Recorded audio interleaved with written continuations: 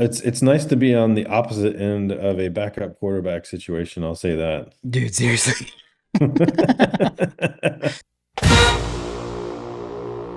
Welcome to My God a Podcast. I'm Jim Wood. In this episode, John Powell and I review Georgia's 22-19 overtime win over Texas for the SEC Championship. We talk about our experiences on Saturday and what stood out to us during the game. As always, remember to check out the newly redesigned MyGottaPodcast.com to see our latest merch.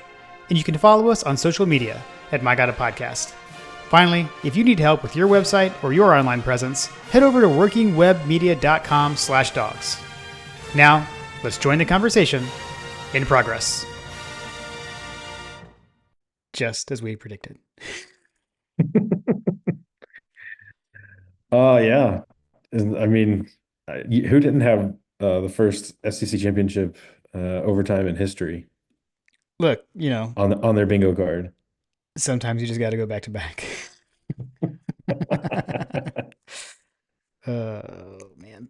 Hey, remember that time we won the SEC championship after and beat Texas the second time in a season?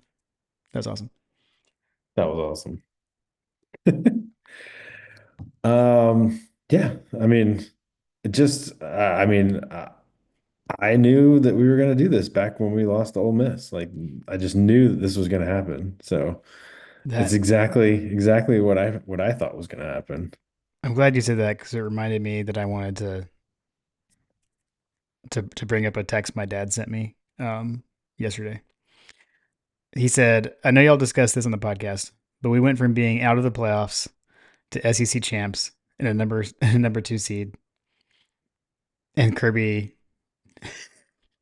saying what he said to Greg Sankey on the podium. Go Dogs." Yeah. Oh man. Oh, and yeah, We're yeah, just unbelievable. That maybe we can talk about that later. The what he said I thought was pretty funny, especially with Sankey sitting there and the clip of like Sankey look on Sankey's face when he said that. yeah. It was classic. But yeah, dude. I mean, you know, when those playoff rankings came out after that Ole Miss game, I mean, we were like the first team out, right? Like we were sitting there at 11. Um, Hmm. to go from there to the number 2 seed and SEC champs, and I think I there was debate of like does the championship do championship games, do conference championship games still mean anything? And I was definitely a Debbie Downer saying they've been devalued, etc. Um, but I will say, and I feel like this is kind of my case going in, is like if you get there, you need to win it.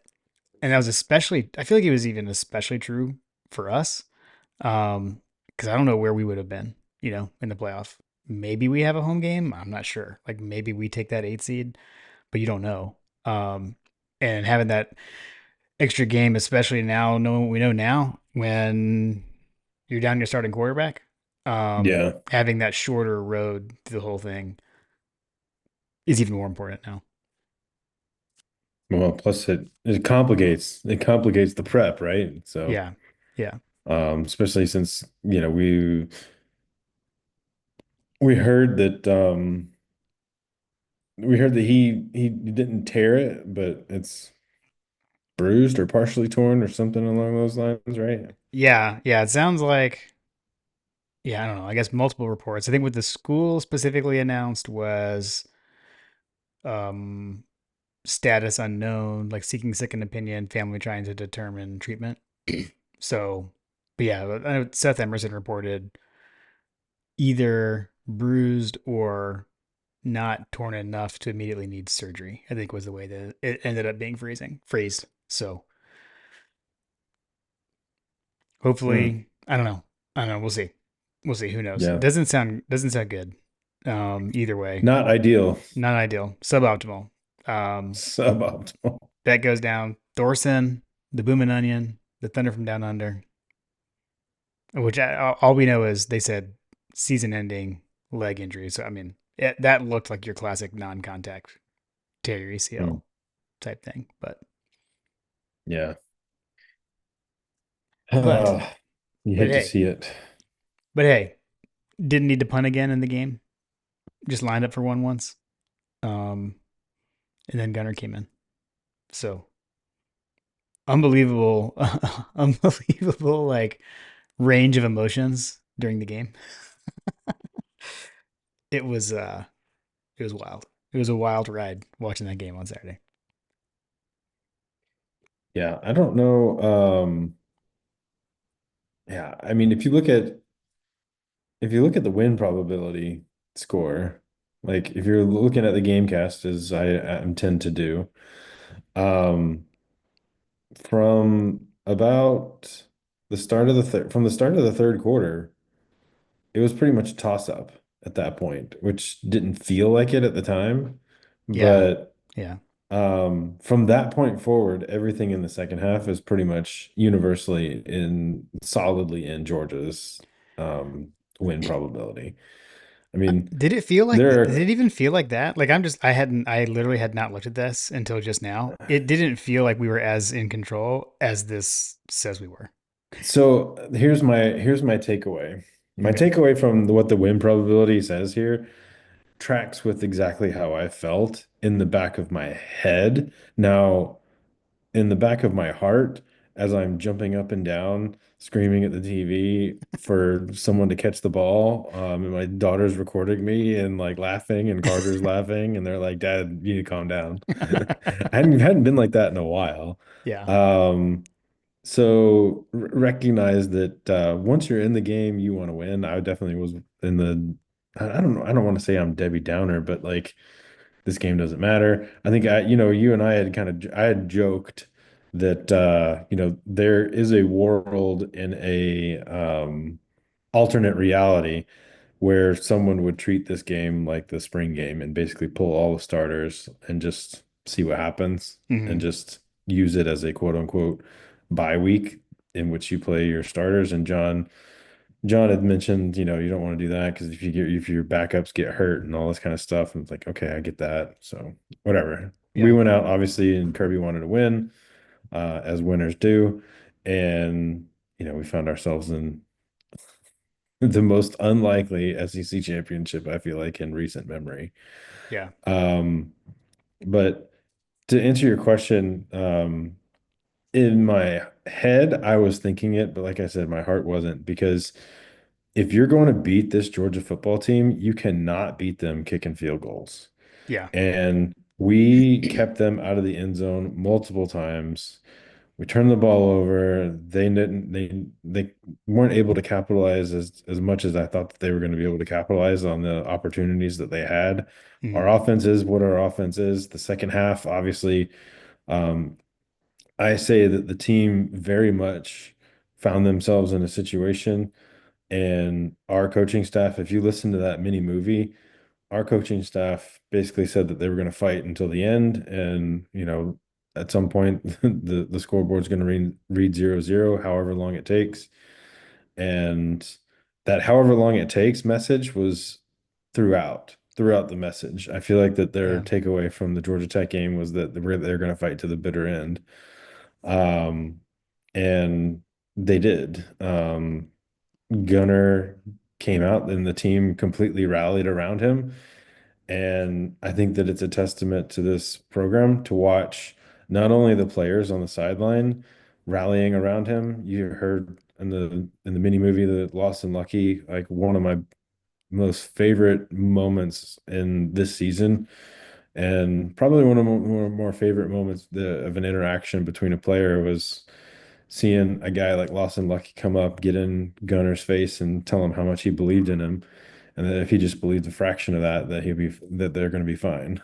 Yeah. Um, like that to me was chills, and then to see that same mentality permeating in the stands with the moms of Oh those my gosh. quarterbacks, Yeah. dude, that moment when I saw the moms hugging was like, bro, Yeah. I have never in my life seen anything like that. You always see the pan to the stands, and you see the mom and the dad, or the mom. We saw Stetson and his family, but you never saw other families interacting with each other the way that you saw Carson Beck's mom and Gunnar Stockton's mom interacting in the stands. And that was like, I don't know, it was pretty awesome to see like the culture that's kind of permeating throughout the program, and that leads into the parents. Yeah, it's so true. And it's, I think it's easy to kind of like brush off and laugh about like core values and stuff. And, but I mean, they resonate with this team and throughout the coaching staff, the players, and like you're saying, the families. But I mean, the connection right there, we saw it, right? Composure, Hmm. composure. The other thing that Kim kept pointing out, and we talked about a lot in our house, was like, it was a hard hitting game, but it was composed. And, Georgia the whole time was composed. You didn't see any like outbursts from either team, really. Like it was a respect kind of thing. But then toughness, obviously, and then resiliency. I mean, this is the most resilient team that I can ever remember to get behind by so many points, so many I mean, times, so many times. and be able to do this. And you mentioned that which, if you haven't seen they literally called it. Sometimes it'll say like cinematic recap or game highlight video. When the school tweeted it out today, like it said mini movie, and it definitely is. So definitely go watch it. Um, but I thought it was interesting too when you see what we're led to believe is basically like the halftime talk from Kirby, and he says we got 30 more minutes or however long it takes. It's like, oh man, like he knows, He he knows, knows yeah. what could happen here. So, um, I and mean, to, even before you saw Glenn Schumann in that video talking about like they hadn't seen our best. mm, They haven't seen our best for, however long it takes. Like that there were multiple coaches that said that statement in the video recap. yeah, Um yeah, another moment that I thought was super special, and I'll pause to dunk on Florida for a second. Florida. In that mini movie, there's a moment where Mike Bobo comes up and gives Etienne a hug, and I don't know who he grabs because you can't see the number, but I assume it's Nate Frazier or something. I But think it was Frazier. I know what you're talking about. I'm pretty yeah, sure. yeah. So he grabs those boys and says, "Come here, come here, come here," and he gives them a big hug. Like that was another one that kind of got me. I was like, "Dang, dude," because ETN basically gave the quote of all quotes that's going to permeate in recruiting circles. I hope. This is why you come to Georgia. Yeah, yeah, it was beautiful. It was beautiful, man. How about Kirby pulling a fast one on us when we recorded the preview? We were like, well, I guess ETN isn't playing because Kirby was like, he's a long ways away or something along those lines. It was like the reverse hopeful. It was the reverse hopeful. I Yeah, mean, and he almost had 100 yards yeah, dude, rushing. like holy cow, what a difference he makes. I mean, that was the thing that was kind of starting to worry me. Like when we were looking at everything during the preview, we're like, oh man, like ETN like scored all the touchdowns in the first game, and by the way, he did it again this game. How about the fact that all points between two games between Georgia and Texas, all points were scored by either ETN or Payday. They're the only ones that scored points for Georgia. Those two guys. So pretty phenomenal. Suck it, Lorda. Oh man. And So and and and by all means, like there may be some other players coming from other teams for next year, so the yeah, trolling will continue. yeah, yeah. The beatings will continue until the rivalry morale improves. Oh man. But yeah, so I don't know. It crazy emotions throughout the day. I don't even know if I told you this. Like I woke up like super early. I usually sleep in on Okay, Saturdays. I woke up at like 5:45 on Saturday, bro. and I was like, time to go. I don't know. I just woke up. I guess I was like ready to attack the day or something. So, I don't know. I came, I did all kinds of random stuff because I didn't want to be loud. So I like cleaned out all my emails and did some podcast stuff and some merch stuff that I accidentally mailed to you. So Chalk it up to your early morning. I was too early. I hadn't had enough Nice. coffee. So John, you have to let us know how the new My God a Podcast koozies look when they come to your house. Speaking Um, of, speaking of our what do you call them? I guess template. Or what do you call it? Yeah, our original like what Prototype. do they call prototype? Yes, thank you, Jesus. The prototypes that you made for me served me well in the SEC championship because we were down and I wasn't feeling the vibes. And so instead of changing clothes, because I was very comfortable in my clothes, my home field sweatshirt, which I guess this was a good opportunity to plug the home field Yeah, stuff. But I always remember use code Hunker Down at home field uh, for 15% off your first order. yes, very comfortable sweatshirt. Big fan of the Georgia sweatshirt, especially with the temperatures getting colder. Um, I did not want to change, and so I just kept chopping with my outfit. However, I did change, make some adjustments to my game plan, and I did change the color on my tree because I've got the LED tree that can change colors or Yeah, whatever. we've got that too. Changed it from the all white to the all red, and my wife was out of town, or when that was she was out, she wasn't here, so otherwise she probably would have said something. Um, What do you do to the tree? yeah, why'd you change the tree color? uh, It looks terrible now. Because it doesn't match the motif, right? yeah. Um, so I changed the color on the tree, and then I was like, you know what? I need a beer. I need a koozie. So I pulled out the Yellow Belly and threw it in the old prototype. Nice. I actually, I don't know, maybe we should always do that. That was the koozie I used too. I used my prototype. My God, a podcast koozie. My only wardrobe change was it was I don't know somewhere in the first quarter, maybe it was at the end of the first quarter. I don't know. At some point, I realized I had never put a hat on, so I was hatless, and so I feel like Mm. that was an issue. So I went and threw a hat on. So that was the only wardrobe change I had throughout the game.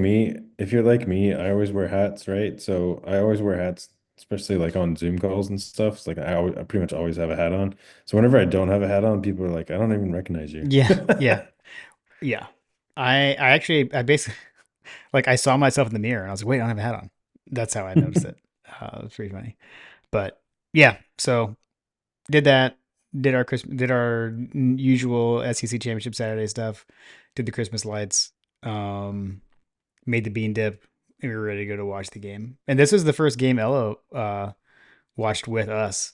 Um, so because she's been away at college. So and then tech game she was back, but we were at the game she wasn't. So that was fun. So we had a good family viewing. We had some friends that we had invited over, and they're like, like he knows how I am, and he was like, if we come over and you're not playing well, I'm gonna feel bad. So we're just gonna we're just gonna stay at home. I was like, all right, that's fine. I don't want to be the bad juju. Uh, it was pretty funny. I told Kim later, like after the game, I was like, man, I guess it's probably a good thing they didn't come over. Like they would have felt bad because they probably would have like left at halftime and then the comeback would have happened and it would have been them. So, but man, That's funny. but yeah, dude, it was like Yeah, nothing. Go ahead. I was gonna say I also had an early morning. Mm. I I ended up smoking a pork butt Oh yeah, it looked and fantastic. started smoking it at 5 a.m. Um, but in my defense, I woke up at 5 explicitly so that I could just put it on, and then I basically went back to bed for like another hour and a half or so, Yeah. so that I could wake up and spritz it and do that whole thing. Um, and so yeah, I had an early morning as well. Okay. Okay. Maybe we need to not have early mornings. Yeah. I don't know what it was for me. Yeah. So, but yeah, smoked the pork butt and then just kind of went throughout the day. I ended up doing about 3 hours worth of yard work. I have not done, and this is probably like, maybe I shouldn't share, but I have not done a technical pregame run for the last two games. So Mm, I'm gonna definitely definitely get back on that. I was like, well, I mean, I got like 10,000 steps in before 7 a.m., so I think I'm fine. So right. Right. um anyway, I was like, no. I went Well, back to went on an overtime. Definitely didn't have time to do it for the Georgia Tech game, but um, because driving from Hilton Head, and I was like, there's no way I'm not gonna get up at 4 in the morning to go run. yeah. Yeah. Well, Kim and I didn't either for Georgia Tech with the driving over. We got some grief at the tailgate about that. And then we did. So this one, Kim had, because she does her like Peloton stuff. So she had like an hour run she had to do, like on the Hmm. treadmill. So she did that, and then I rode the bike next to her. So that was we tried that. So I don't know, maybe that wasn't enough. I don't know. We'll see. That was our I don't Then know. That was the workout. this does not spark joy. Yeah. God, so now you got to tell me I got to go back to it running again. I feel like you were the one that always ran. No, just kidding. So I was, yeah, I know it's totally my fault that we've gone to overtime, guys. I'm so sorry. the I had the truth audacity. facts emerge. I had the audacity to drive 5.5 hours to go to the game and didn't fit the run in, and then decided that doing like I think my total step count that day was like 20 or 30,000 steps or something. Oh man. Just from all the yard work that I had to do. Yeah. Yeah. And then Carter had basketball, and I never bring a chair. I always walk around for his sports stuff. So like just racking up the steps because his game was like an hour late. That was another thing that went wrong. Um, Carter's game was at 3:30 on Saturday, and so which they won. They won a nice game. Wonderful. He had a lot of assists, but didn't score a whole lot of points.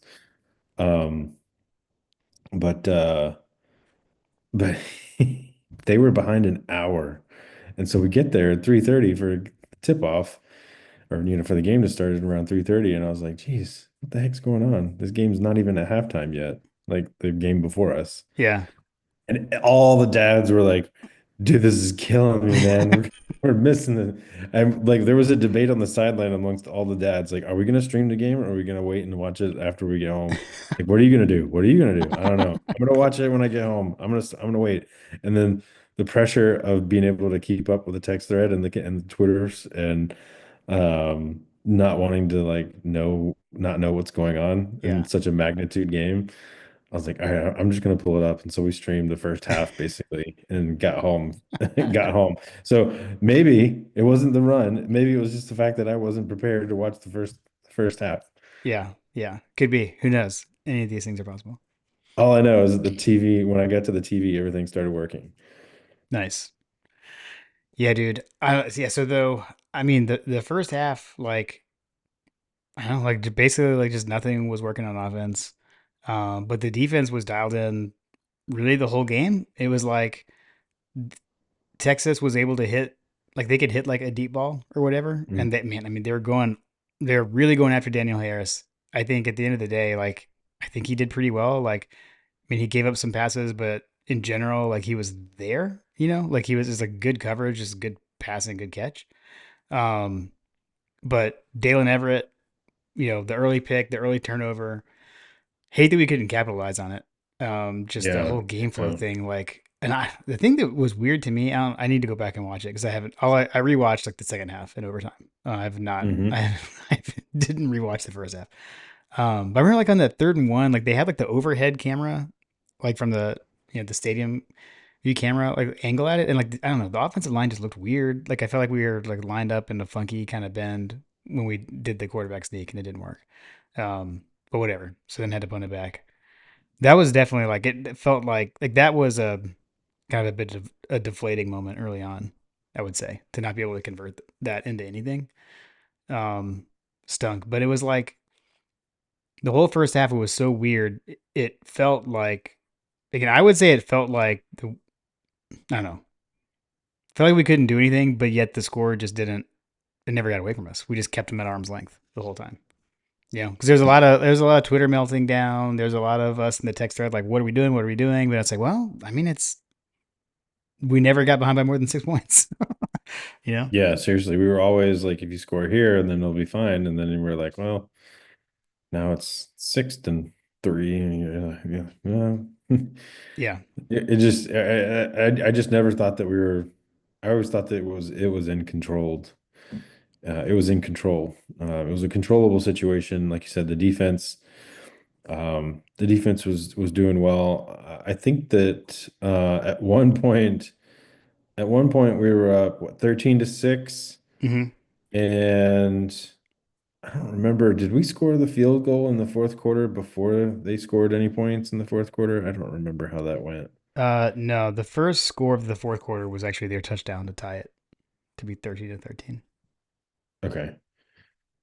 So when we scored a touchdown and a field goal in the third quarter, that was the only scoring in the third quarter. I think I had sent a joke text to everybody. I was like, the way that the defense is playing, Kirby's just gonna at some point Kirby's just gonna be like, let's let the defense win it. Just don't turn the ball over Yeah.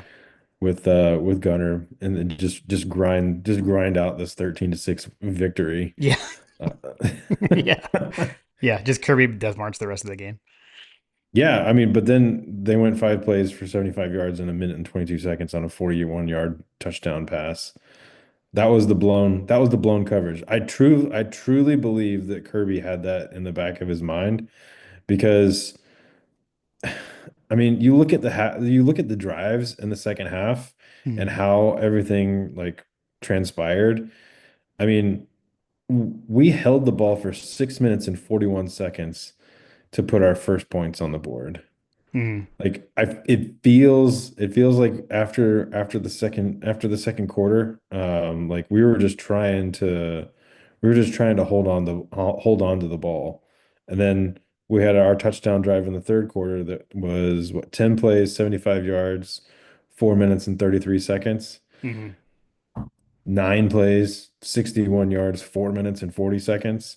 Basically held the ball for over half the quarter.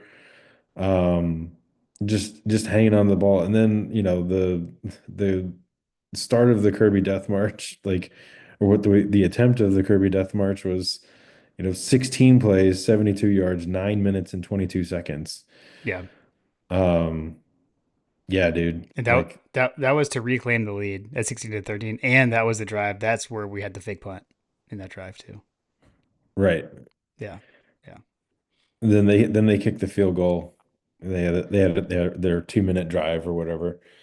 Um, Dude, yeah, the time of possession differential between the two halves was nuts. Like they were exact opposite. Like we yeah. did not have the ball. Like we just didn't have the ball in the first half. We just kept going three and out and punting, and then the second half was like total opposite. Um, I, I remember thinking that first off, the vibes were high when we won the coin toss. I remember like we were watching the game, and my buddy that was standing next to me, his son played on the game before us, so he actually got to leave a little before everything happened. mm. Um, but he turned to me and was like, "Did we win the coin toss?" And I was like, "Yes," and we deferred, and we were both high fived like, "Yes." Nice. Um, That's funny. But yeah, like so you knew that like at the end of the halftime that was going to be when we got to halftime that was going to be an opportunity. And of course, like we had, the little bit of time left. I still believe that we should have been able to get a field goal at the end of the first half.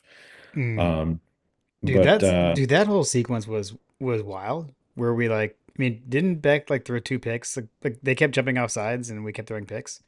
yeah, Yeah, that was frustrating because the second one, like I get it was a free play, but I'm not sure exactly what's going on there. But then the run back is what made it just be 1 second left and have to put in the Hail Mary situation. That was, anyways.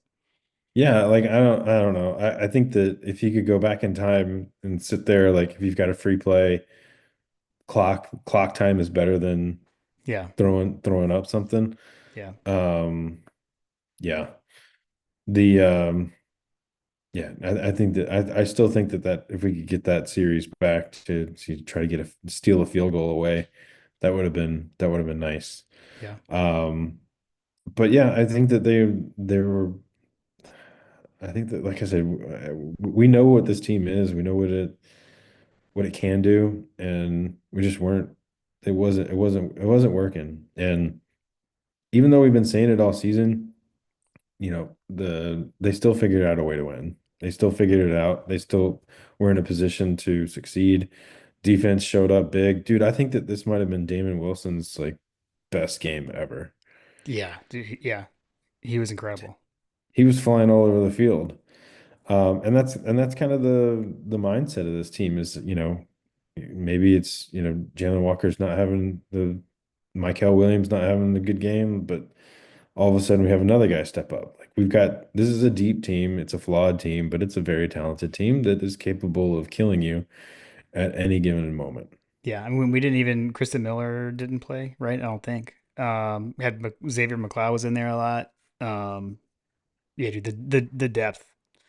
I think the depth showed. I mean, I still feel like it kind of comes back to what was kind of like our bottom line going into this game was that Georgia was tested, and Georgia was playing against Georgia was Texas's only true test, and they didn't pass it, and then that came true. That came true again. Um, I I still can't believe though that you know Bet goes down last play of the first half. You're kind of looking at it like, I don't know, like that didn't look very good. Yeah. Then like they interview Kirby coming off. He's like, oh, I think he should be fine. We'll have to check. They come out, Gunner's out there. We get the ball right away, so we know.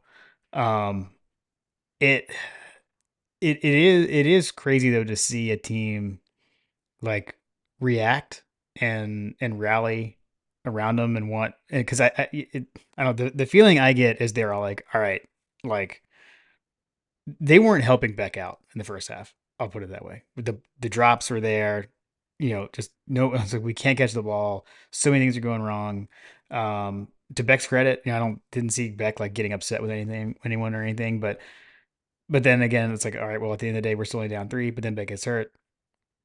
When Gunner came in, you could feel everyone be like, all right, like we've got to help, this guy out.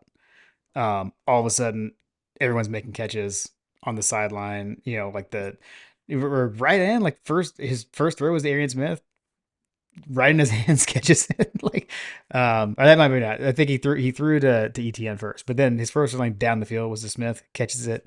The throw and catch to Lucky on the sideline was unbelievable, like unbelievable catch, get his foot down in bounds. Um, and then also just like when Gunner, the first time he took off and ran, and he like doesn't slide, runs through some contact at the sideline kind of erupts. I think Gunner kind of came up talking to the DB a little bit too. I feel like that just kind of like fired everyone up, and it's like, all right, it's on. And I don't know, kind Are of you reminds me saying of when Fromm came in his first time. Like they just kind of get that energy around you. are you saying that Gunna gave him the number one stunner? He had the number one stunner. Gunner, the number one stunner. Story from the Wood household when the game was over. Kim's like flipping through her phone, like, "What are you doing?" And then she starts playing number one stunner. So that was playing in our house. Good times. Amazing. They made Amazing big timers edit coming. yeah, so good. But yeah, dude. I mean, it's still wild. I still can't believe that is how this whole thing happened with Gunnar Stockton coming in and leading a comeback. Um, Unbelievable, just unbelievable. Yeah, I mean, this season has had a lot of it's definitely been one of the weirder seasons in that I'll ever remember. But Yeah, yeah, having Gunner come in, everybody's been like, "Yeah, let's see the backup." Well, the backup's in now. yeah, yeah, Well, by and large, seems like, I mean, if I'm a betting man, I'm guessing that Beck is probably not going to play in the first round, or our next game, yeah. which I guess what the quarterfinals is that what we're calling it. Yes, the Um, quarterfinals in the Sugar Bowl. yeah, he's not going to. I'm guessing that Beck's not going to be in the Sugar Bowl, but I could be wrong, but it looked pretty bad, man. Yeah, it I didn't don't look know. good. We're talking about MRIs and getting second opinions. That tells me that it's not ideal. Yeah, yeah, So, yeah. I would agree. and then to make matters worse, we lost Brett. Um, Yeah, it was brutal. that kills me. That kills me. I hope that he is a swift. I hope that both of them have a swift recovery. Yeah, You hate to see anybody of those, of those magnitude players, positions, personalities. You hate to see those guys go down to the championship game. yeah, yeah. Agreed. Agreed. Um, I would say the second half though, we got into like we did like the complementary football thing. Like in general, like things were working well together, which is like we hadn't been doing that. But the defense was just lights out the entire game. I mean, I think that was the best the defense has played all season. I feel mhm. like. How many sacks did we have? Six and a half, seven, something like that. Just 6 sacks. yeah, that sounds right. Just Ewers, I think, was pretty much like rattled all game. They had what 31 net rushing yards. uh, that's crazy. And they only had 73 rushing yards gross. So and then 27 yards lost via sacks. Just wild. Yeah, Defense lights out. their guy that everybody was talking about that was going to run all over us. He only averaged 2.7 yards per carry. Yeah, yeah, yeah. Um, but yeah, dude. Second half, you've got well, really, I guess the whole game, right? So you got I just keep thinking like, okay, like what won us this game? And like I can point to all three phases of the game. Like the defense was lights out the entire time, disrupting the quarterback, shut down the run. Everett got 2 picks. It was just like everything. You could say special teams won this game. They missed 2 field goals. We were perfect on field goals. The fake punt was just a huge, huge game changing play because that was the drive after they had scored the touchdown. And they've got all the momentum. We're looking like we're gonna have to punt. We run the fake field goal. Drew Bobo 1-for-1 passing to Arian Smith because it was technically a pass. Gets us the first down, and then like in the offense, I mean, primarily I've looked at the second half, but you got ETN. I mean, just I would say was the offensive MVP. You've got Gunner getting his first action in meaningful game time, doing what he did. Dude, Arian Smith jumping on the Nate Frazier fumble is arguably one of the biggest plays of the game. Um, I know we've been talking about like you want to get mad at Arian Smith and you say things like, "Why is he out there?" That's why he's out there. Makes a huge play on the reverse on the fake punt and has the presence to see that ball and pounce on that ball. I mean, that's a game changing play right there. So, Yeah, you do the simple things better, and you'll succeed in this offense. And it's not all about just catching passes, catching bombs, getting open. You got to be able to block, you got to be able to read, you got to be able to know the playbook, you got to be able to motion properly. You got to be able to align yourself properly. Like there's a lot that's wrapped up in this offense that prepares you for the next level. So, yeah. um, dear high school recruit, if you're looking to succeed here, if you can't do those things, then you're not gonna, off you go. Yeah. Yeah. Um, dude, of like plays of the game kind of thing, I still like, I've watched it so many times. The hit the gunner took in overtime. Hmm. Like, so first off, and I guess, I don't know, targeting, not targeting, whatever. Like when like I was not shocked to see the flag thrown. Like when you see a hit like that, like the flag's coming out. Um, so, but in hindsight now, like knowing what we know now, knowing that they overturned the targeting and it wasn't targeting, I mean, he fumbles that ball, the game is probably over and we lose. The fact that Right. he was able to take that hit and hang on and he hung onto the ball. I mean, not only is he, I don't know if he's concussed or not, probably, but he's falling backwards. His knee, like the way his leg His knee buckled, buckled. dude, Yeah. that was like crazy. But man, held, he held on to that football and won us the game, dude. Again to the mini movie, and then Beck comes in to give the final handoff. Like what?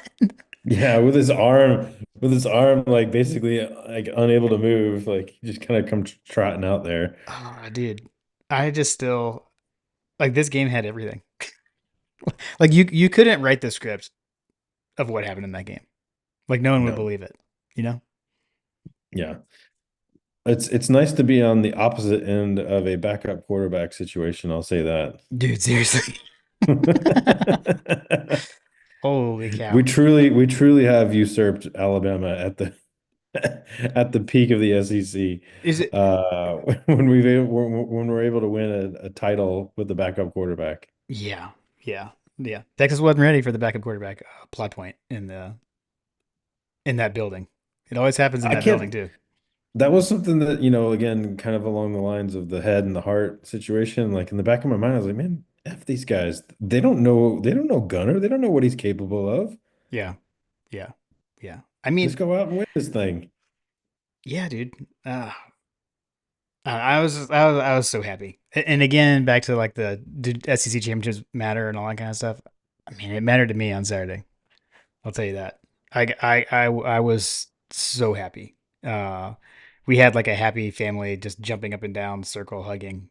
Uh, when ETN got to the end zone, it was awesome. I may or may not Yeah. have ran outside on my back porch and screamed, "How about them dogs?" at the top of my lungs. Wow. Nice. I did not do that, but I definitely was like it took me like a second to realize what happened, like one of those like delayed reactions, like, oh my God, we just did it. It was just fun.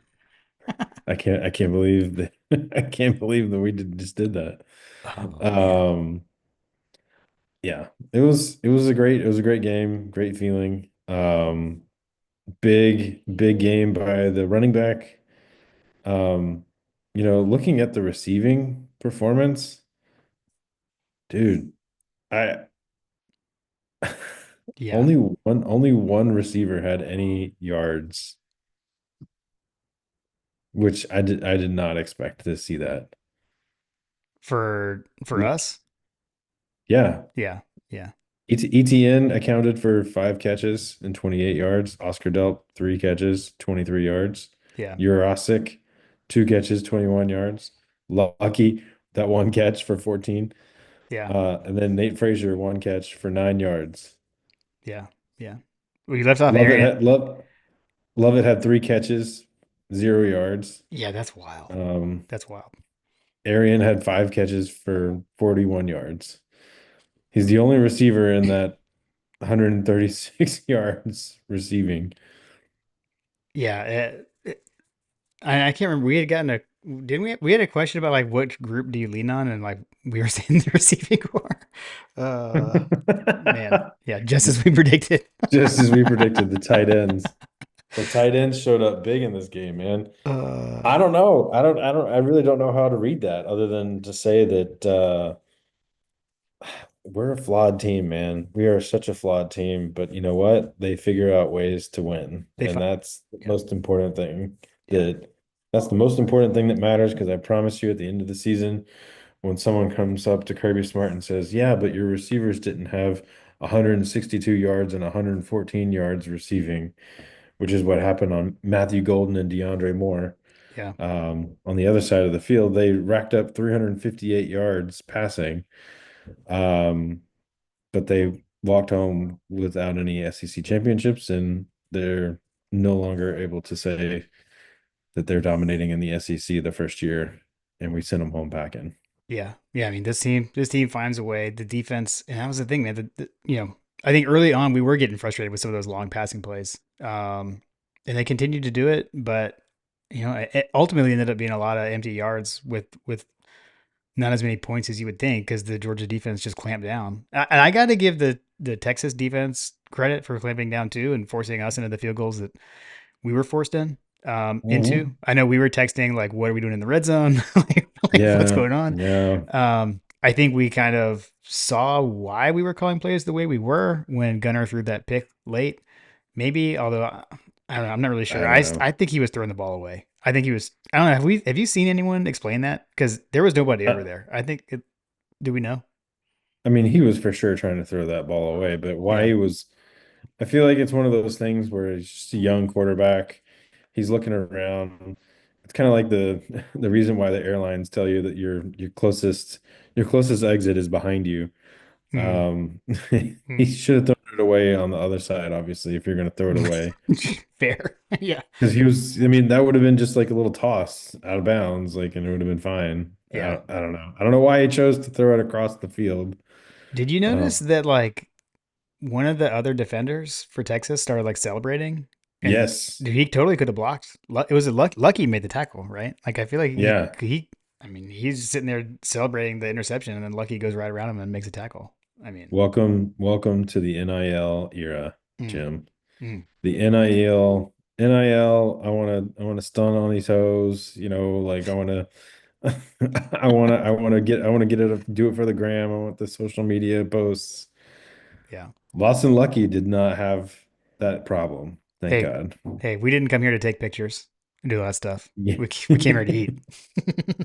Exactly. They were hunting. They were hunting, and Texas was there to take pictures with their dudes dressed up in leather jackets. Yeah, could there be any more Matthew McConaughey on the TV? Jeez. Yeah. I don't know if you knew this or not, but there were other people that were there that were celebrities for the University of Georgia, namely like a lot of former players Yeah. that were there and excited for this team because Jim, this senior class had not had any SEC championships. Yeah. They got back-to-back national championships, but they had no SEC championships apparently. I say that can't be right. No, we were 22. Huh? The 22 SEC championship. 2022. Well, no, what the Kirby was saying that this class didn't have any SEC championships. Kirby, I don't know what Kirby's talking about. I don't know. He was talking about that they didn't have any SEC championships. I don't know. I trusted what Kirby said. Yeah, they definitely won the 2022 SEC Right. championship. So I don't know what Kirby's talking about. We figured that out. So that's yeah. Whatever, Kirby. Um, yeah, dude, confetti's falling. The celebration's on, and then Kirby tells everyone that the bye is meaningful because Greg Sankey sent this team on the road all year long. And he's just sitting there like someone just gave him a wet fish. Oh, that was crazy. That was crazy. Do you want to talk? Actually, hold on. Let's coaches over unders. Not a good week for either of us. We both went 3-5.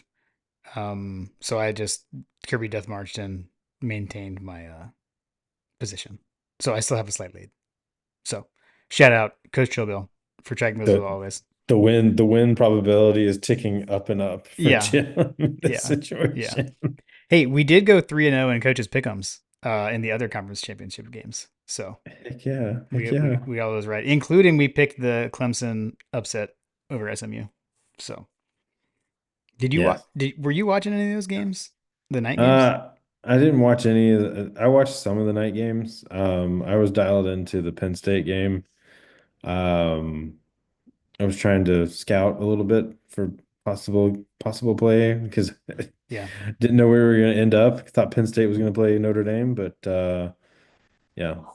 I did watch a little bit of the SMU Clemson game, but by that time I was just kind of exhausted. I had made I was full and I was tired. I had made barbecue and made strawberry shortcake for the Georgia game, Georgia Red. Um, and then I had made eggnog. I had made eggnog as well. Okay. I So, actually, I forgot to mention this earlier. I had we made the bean dip to be like the snack throughout the game, but I had steaks, mhm. and so like at halftime we like turned the oven on because we were doing like roasted potatoes, and I marinated the steak or I got the steaks like all prepped or whatever, and I lit the grill, the big green egg to bring up the temperature, and I was like, I'll just go out and watch the game outside while I grill, and then like when the potatoes were close to being done, it was time to go put the steaks in the grill. I was like, I can't do this. Because like the game was so close at that point. And I was like, "Are you guys like okay if we wait until after the game's over to eat?" And they're like, "Yes, we gotta just watch the game."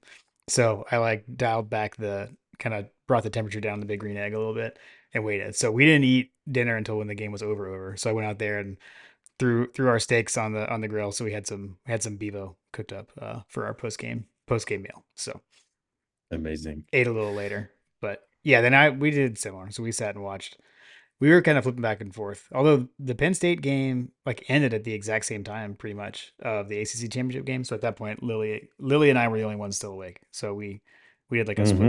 the split screen like YouTube TV situation and watched those. Dude, cousin Sammy led Clemson with like 14 tackles or something like that. Mm. Had a big game. Yeah, he had a really He big he game. got the wood memo to kick Alabama to the curb. Yeah, yeah. So yeah, I guess that was kind of like what we go to bed and we don't 100% know, but we think we know. But I don't know. I think I don't really have any complaints about what the committee did. I feel like they followed. I think what I said.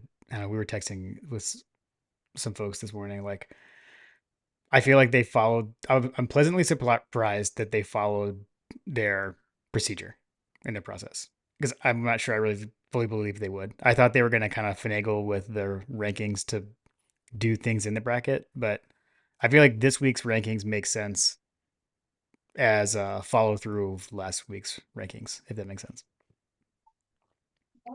Right. Like I feel like it was actually logical, which kind of surprises me. Yeah. I don't really have any beefs, any qualms. Anybody that complains about the rankings is probably hailing from a position or a team that didn't win its regular season games, and more importantly, didn't win its regular season conference games. Yeah. Um, as far as I can tell, I didn't see any big losses for anyone. I think the only team that could probably gripe about the situation that they were in is probably South Carolina, because that one call, which I mean, I Mm. guess that one call doesn't make up an entire season because they could have won other games that they lost, but um, you know, I don't know. I think that you didn't win. You didn't win your conference games, and you don't deserve to be in the playoff. You lost three conference games. Like, just sit down and shut the hell up. The funny thing to me is like all the talk about like now teams are gonna not schedule hard non-conference games. Like I'm not. I don't know. I think maybe there's some logic of like it's a cumulative effect or something, but I don't know. But the funny thing to me is like we're hearing that complaint coming from like actually like Alabama's athletic director took to Twitter and was saying that, and he got community noted on that, which was hilarious. Um, the only team that I feel like actually has a gripe with that is Clemson. Like, because Clemson, if you take away the Georgia game and the South Carolina game, maybe Clemson only has, like Clemson's like Yeah, maybe way they're higher in the rankings. So, yeah, maybe they're ranked number two. so I don't know. Maybe, yeah. So Clemson, maybe they'll change their schedule. I don't know. We'll see. But yeah, the wild thing to me though is that like the the two seed is a much better spot to be in than the one seed. I'll say that. Like Ohio State, for Oregon to have to face the winner of Ohio State Tennessee as the number one seed is brutal. Yeah, but I mean, it's not going to be like that every year. It's just that Yeah, yeah, happens to yeah. be that way this year because Ohio State lost to Michigan. If Right, right, right.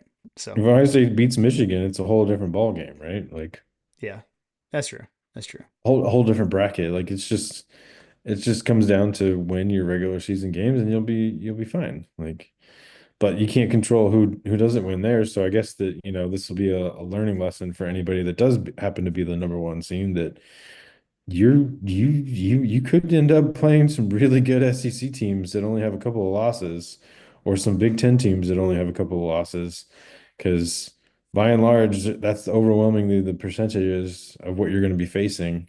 Because what I think seven or eight of the slots were SEC or Big Ten, right? Yes, yeah. We got four Big Ten teams and three SEC. Yeah.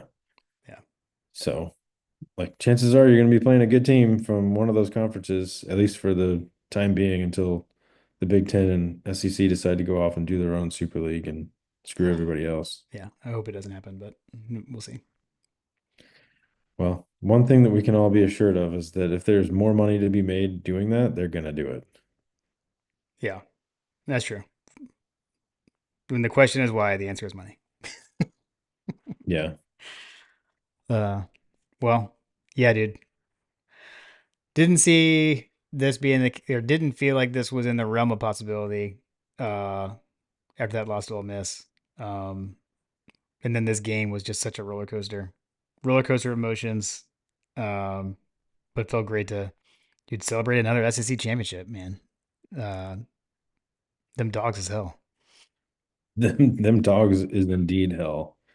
I know that I had a nightcap with a bourbon that I Oh strapped to yeah. a custom label for Maker's Mark.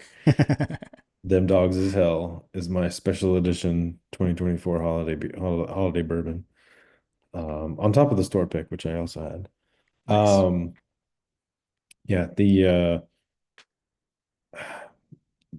man, this team is the cardiac dogs, but they're more than just cardiac dogs. They're just I don't know. There's just something about them. I guess I don't know. I don't know. Maybe it's more junkyard. They're more junkyard mentality right now than Maybe they they are. are, you know, um, what do you call them?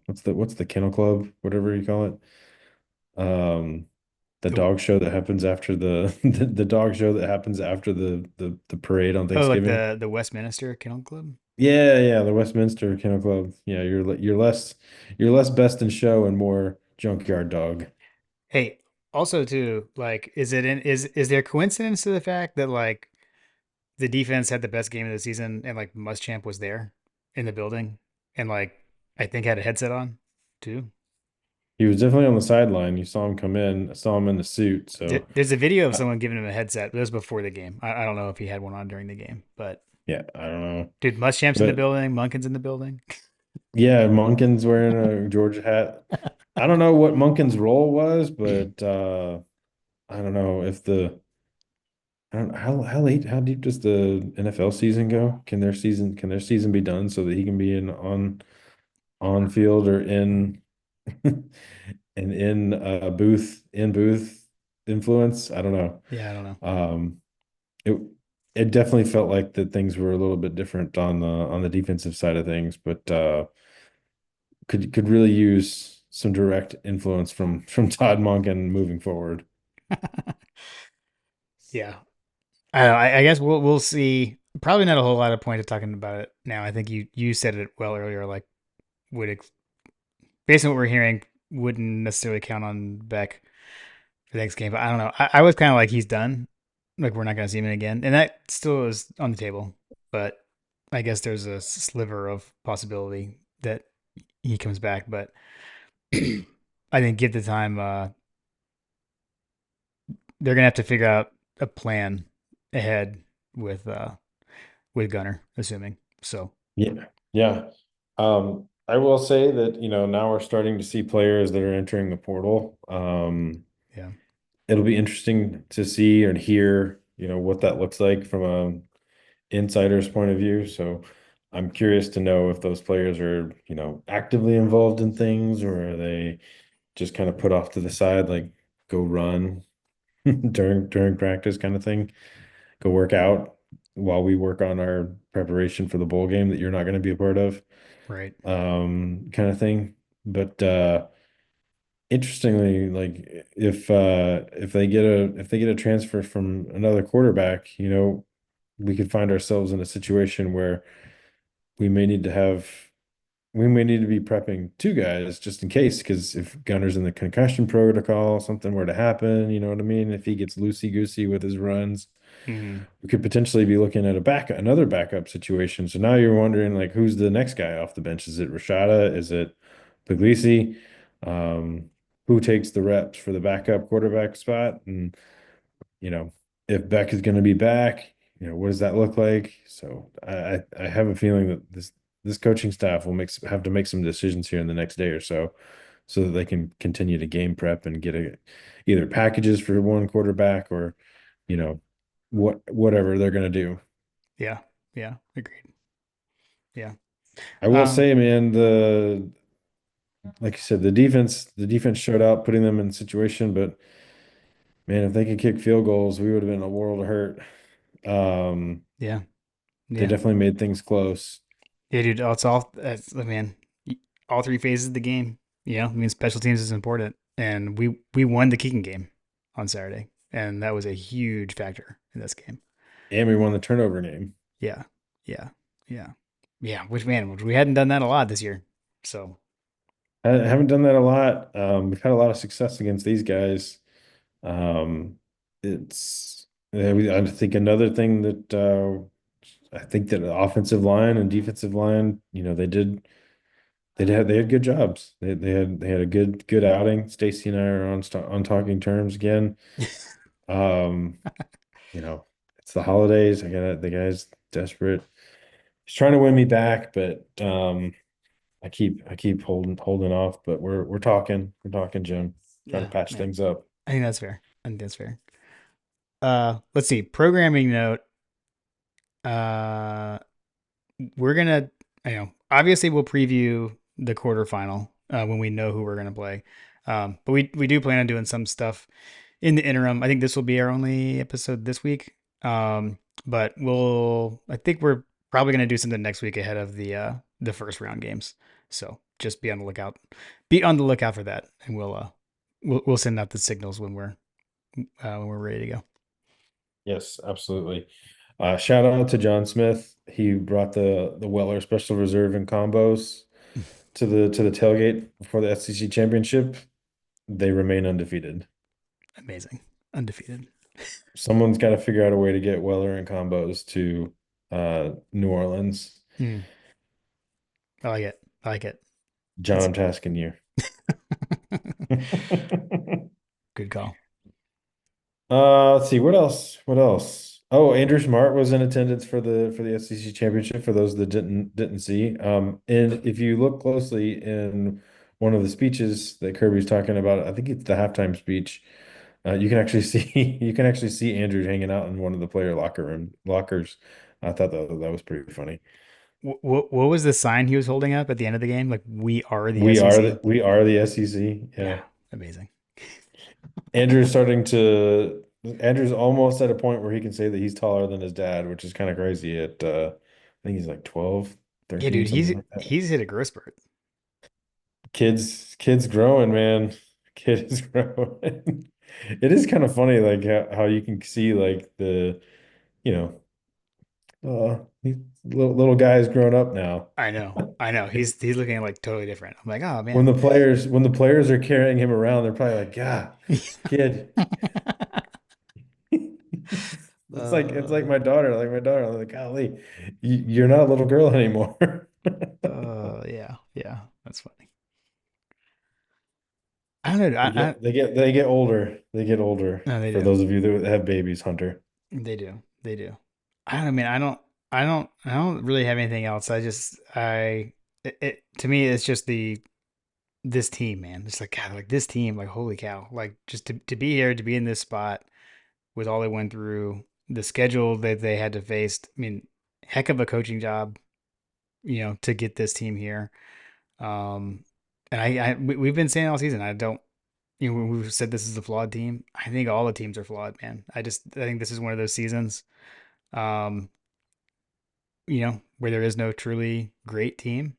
Um, I like our path. I think we got the best. Like, that was the bracket I wanted to get when it came out on Sunday, and we got it. I think we got a great path through this thing, and just gotta keep doing what we're doing, stay resilient, and keep chopping. I'm excited. I'm excited. I think Just this keep playoff's gonna be fun, man. It's gonna be fun. I'm just not gonna keep lie. chopping and keep the main thing the main thing. Yeah. And someone posted that there should be a college football NIT tournament. That would also be hilarious as well. That would Yeah, also be fun. I think it would be fun to watch. it would be.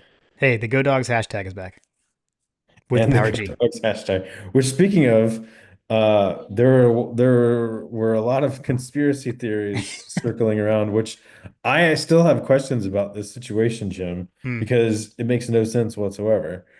So right before we were going to bed, I had messaged. She was like, "Hey, we're gonna get the hashtag back. We need to try to be the first ones that message it. We're gonna keep. I have to monitor the Twitters to see when they activate it." Right. And then like literally like 5 minutes later, someone's like, "Hey, the hashtag is back," and we're like, "What the heck? We How missed did it. it come back so quickly?"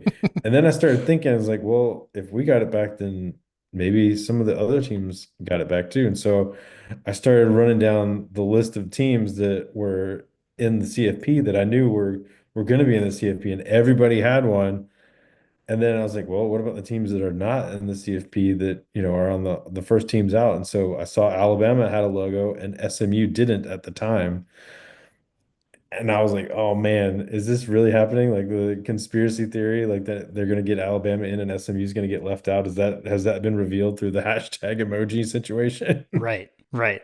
Yeah. I was explaining that conspiracy theory throughout my house in the morning. Why does Alabama still have theirs though, is the So question. is it still there today? Yeah. Oh, that's weird. Yeah, I don't know. They must have changed the rules. I'm pretty sure. I'm pretty sure. Unless they just paid, which, maybe they were trying to pay everybody off to They're trying make to them think. buy their way into the playoff with the hashtag. Yeah, I don't know. I don't Yeah, know. seriously. Yeah, Roll Tide has still got the A on it. Mm, well, yep. Wild. They're using that to let the naysayers know that they're not in the playoff. Oh, that's funny. The Schadenfreude has been amazing and delicious. One might say it's been yummy. One might say the tears have been yummy. What else? What else we got, Jim? I think that's all I got, man. SEC champs, SEC champs. It feels good. Um, and we're second all time in most SEC championships won, or SEC titles, not necessarily the game, but just SEC championships. I think we were past Tennessee. So Hmm. it's like Bama obviously has the most, but we're in sole second place. Heard that on the Bulldog Brunch. Shout out Bulldog Brunch. So a couple of questions that I have from a moving forward situation. Number one, Jason, if you're listening, how many games back to back has Georgia had go to OT? Asking for a friend. Okay. Have we hit like some sort of weird record where we have two games that we went back to back overtimes? And then I feel like the that's. sec I feel like there's no way that's happened before. I feel like I would remember that, but so I'm right, gonna say right, it. I'm gonna say that it hasn't happened before right. That's my because that only suspicion. it only goes back to 1996 that we've had overtime. So Right. That's my suspicion okay, that we haven't had back-to-back games, and more importantly, probably haven't had three back-to-back games go to yeah, overtime. Knock on wood, Jim. yeah, yeah. Don't even bring Um, that up. Why you knock on my head? and then the other thing that I was curious about, I just completely drew a blank on. Hmm. What was I gonna say? Totally, I'm totally blanking on it now. I don't know. Could it You were trying. be? What about like beating this same team twice in a season? That's exactly. I'm glad you're reading my mind, Jim. I appreciate it. Yes. How many times has a team ever played another team three times in one season? Oh, three times in a season? No, Because okay. we could potentially play Texas for a third time. I Matter of was. fact, matter of fact, there's a high likelihood that we could play somebody for the second or third time up and down this bracket. Yeah, what I am from that standpoint, what I am happy is that Tennessee and Texas are on the other side of the bracket. And Clemson. Yeah, and Clemson. Just that we wouldn't have like another repeat rematch until like the championship game, just because I think that would be lame if they were earlier. So I did like that. I can tell you. So I had an interaction because Jason Hasty had posted something, and someone asked him just about like um beating a team twice in a year. And Jason said the only other time that he could think of that Georgia beat a team twice in a year was 1943. We beat Presbyterian twice in the regular season. He said we played them twice that year because of the wartime schedule. So there's a Hasty's Hargrid history nugget in a review of his. Excellent.